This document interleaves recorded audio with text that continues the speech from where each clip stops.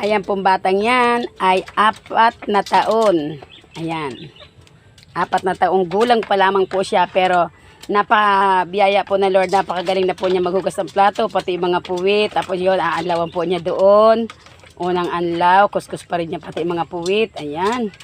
Talagang wala makakaligtas na bakterya dyan. Hoy! Huwag malikutin yung kutsilyo! Nako, nakakapasigaw po.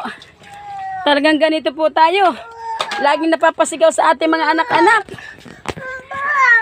Hello po, ako po muli ang inyong kananay Kalola Letny. Ako po yung napapasigaw kasi po yung apo ko pong pangalawa sa bunso ay, ayun po oh.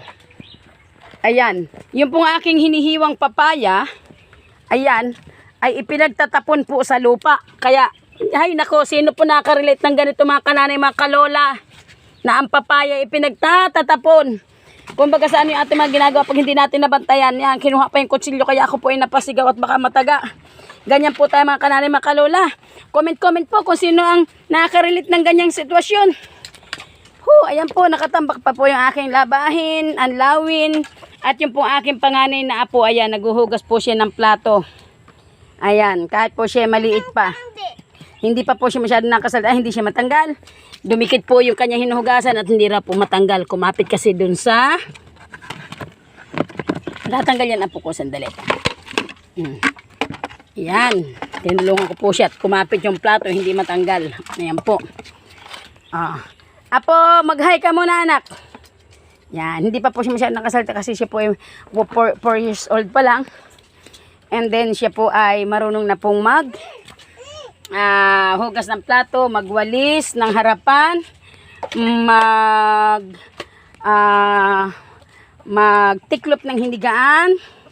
Ito po aming igiban, balon. Ayan po, marami po siyang tubig. Ayan, balon po siya, and then amin po siyang ginawa ng takip para hindi po madudumihan. Dahil po kasi kami kumukuha ng pansaing. Pero ang inumin po namin, iniigib namin sa bomba. Ayan po, and then ang bakuran po ng inyong kananay Kalola Letny ay binakuran. Ayan, mga basura po namin, na mga basurang mga kalakal na pwedeng ibenta, mga plastic namin, hindi namin tinatapon. Nilalagay po namin dyan. Ayan. Para po mabibinta din. Ayan. Dito po sa part na to, binakuran ko ng mga kamuting kahoy na katawan para sumibol. Ayan, dito po mga tanlad. Ayan po. Baka mahulog ka sa balon na po ko dito. Ito po ang aking dirty kitchen. Talagang dirty po. Pero hindi naman po siya dirty. Kumbaga sa ano, lahat po ng aking mga, dito po ako nagagawa ng mga may naka-stack pong maliliit na kamuting kahoy. May katmon. Yan, meron pong katmon. Ayan. Yan po ang katmon. Sino po nakakilala ng katmon? Shout out po sa mga nakakilala ng katmon dyan. Ayan, baka mahulog yung aking apo dito. Sasarahan ko po muna ang balon. Ayan, sinasara ko po ang balon. Bababa na, op. Yan. Yan, nakasara ko po ang balon. Baka po kasi mahulog yung aking apo naglalaro. And then, ayan po ang aking apo. Nagkakain ng nilagang kamuting kahoy, balinghoy. Kuha ang tsinelas, suot. Nakahiwalay ang paa. Yan. Sa tsinelas. Ayan po mga kananay, mga kalola. Meron po ako ditong binalutan saging. Yan. Tordan po yung mga kananay, mga kalola. Yan. Ang sarap po ng buhay sa probinsya, mga kananay, mga kalola.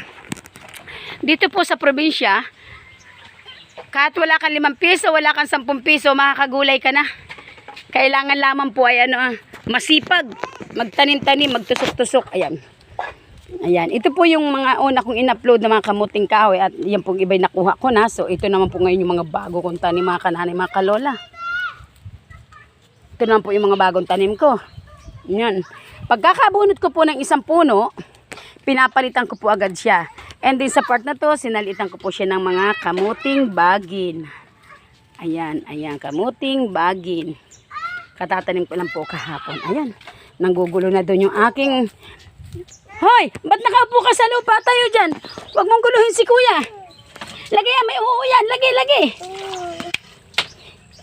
EJ, ba't niya mo tinapon? Dapat doon sa kahoy. Abot hindi mo abot. Ayan, yung manok gusto na magpaihaw. Ito po ang loob ng aking mansyon. Ayan. Shhh.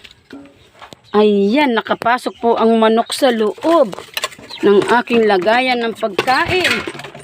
Hindi na po nakalabas ngayon. Ayan, mga kananay, mga kalola. Akin pong titingnan po natin yung manok.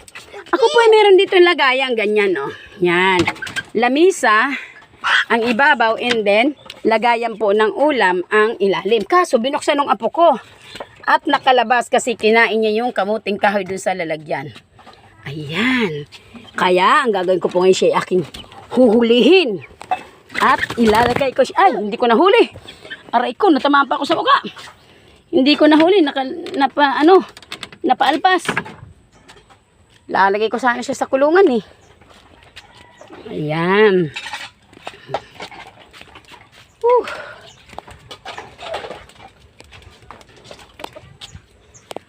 Ito na po ang aking junakis, oh.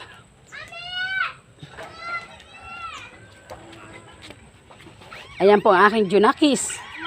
Nagbabantay ng kanyang junakis na aking apo. Ayan. Iinom ka. Sa part na to, may tanim po ako mga herbal. Ayan. Okay, mga kananay, mga kalala. Ito po, sino po ang nakakakilala dito? Kumakain ito at nakakarit ng ganito po. Ayan. Ayan po, ayan. Yan, yan. Yan po ay Chinese malunggay. Napakasarap at napakalinamnam kahit iglaga lang sa bawang at sibuyas at luya. Yan mga kananay, mga kalola. Ginamas po yan ng inyong kananay kalola Letne. Ginamas ko po yan kahapon lang. At ito po aking kamutihan sa ilalim, kamuting bagin, kamuting kahoy sa ibabaw. At hindi lang yung mga kananay, mga kalola, meron po ako ditong tubigang munti. Ayan, yan pong maliit na yan. Palayan po yan mga kananay, kalola, sa aking harapan. Ang tanim po niyan ay isang kimis na palay lang. Yan po, yan lang maunting yan. Ayan. Sige po mga kananay, mga kalala, wala lang. Iminamarites ko lang po yung aking bahay. Nasaksakan po ng kalat sa ngayon. Mamaya pa po yung magkakaroon ng kalinisan. Iminamarites ko lang po yung aking kapaligiran na talaga namang nilikha ng Diyos na walang kasing galing, walang kasing ganda. Ayan po mga kananay, mga kalola. Ang dami na pong puso ng saging sa part na yun. Ayun, hindi lang po siya makita. Ayan, may malaking saging po dyan mga kananay, mga kalola. Ayun, may malaking puso po dun. Oh. Yan. Okay po mga kananay, mga kalola. God bless po sa inyong lahat.